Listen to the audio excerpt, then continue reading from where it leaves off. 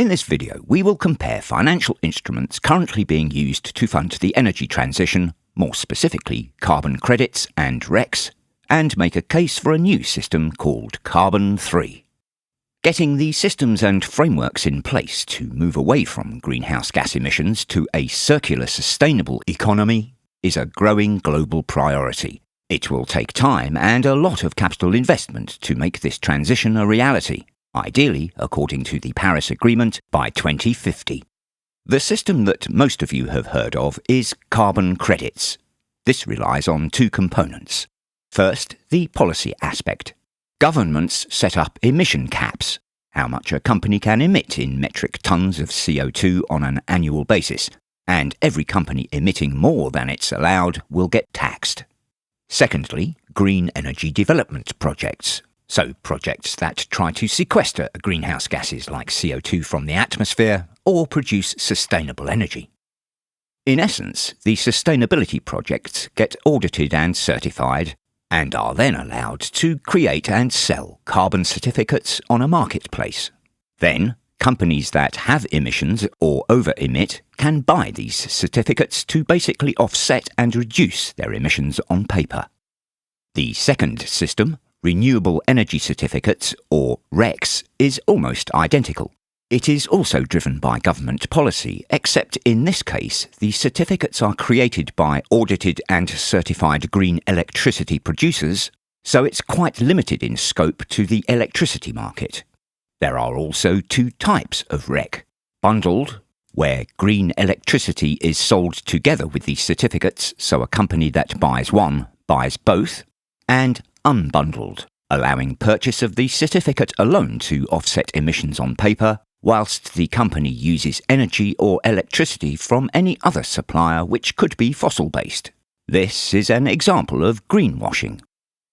Let's have a look at a new proposed system called Carbon 3.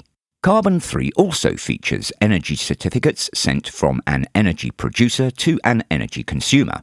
These certificates are created and sent for free from a green energy producer as long as the energy is renewable or non-greenhouse gas emitting. However, every company who receives them can trade them on. These certificates are designed to travel throughout the whole value chain, with liquidity driving up their value, reducing the green premium to make business more cost-effective and cost-competitive.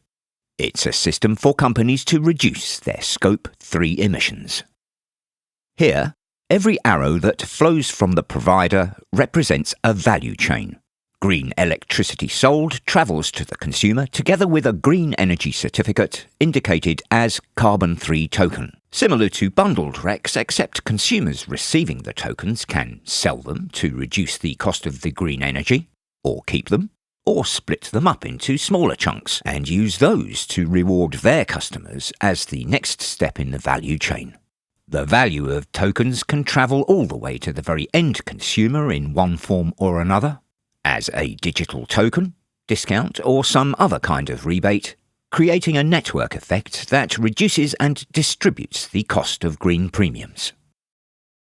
Here we summarise the advantages of Carbon 3 over carbon credits or RECs. 1. Inclusivity. Unlike carbon credits and RECs designed to be business-to-business, B2B, Carbon 3 tokens travel all the way to the end consumer, B2C, and as such are fully inclusive. 2. Penalties. Companies face taxes or fines for failing to meet emission standards, whereas Carbon 3 tokens are a reward for using green energy. 3. Drivers. Carbon credits and RECs cannot grow in a capitalistic economy and are not profitable by design. Carbon 3, on the other hand, is market-driven and the costs are distributed. 4. Effectiveness. Carbon credits and RECs only sometimes reduce emissions because both systems are prone to greenwashing. The only way for a new Carbon 3 token to be generated is by the purchase and consumption of green sustainable energy. 5. Accounting. Carbon credits and RECs rely on averages and emission baselines leading to potentially inaccurate claims. Carbon 3 simply considers what percentage or proportion of energy consumed was renewable versus non-renewable. 6. Impact. Carbon credits and RECs are typically bought by companies, which adds to production costs. This green premium cost is passed on to the consumer. Carbon 3 tokens are given for free as an incentive. Their value reduces the green premium by distributing the cost throughout the value chain. 7. Potential. The market size for carbon credits in 2022 was $900 billion, less than a quarter of the $4 trillion annual requirement according to the Paris Climate Agreement. RECs, on the other hand, have a much smaller market size of about $24 billion. Carbon 3 estimates a potential of over $3 trillion per year. That's 3/4 of the annual requirement according to the Paris Climate Agreement, because it's open, fully inclusive, not dependent on government policy, and market-driven. To learn more, please visit carbon3.net. Thank you for watching.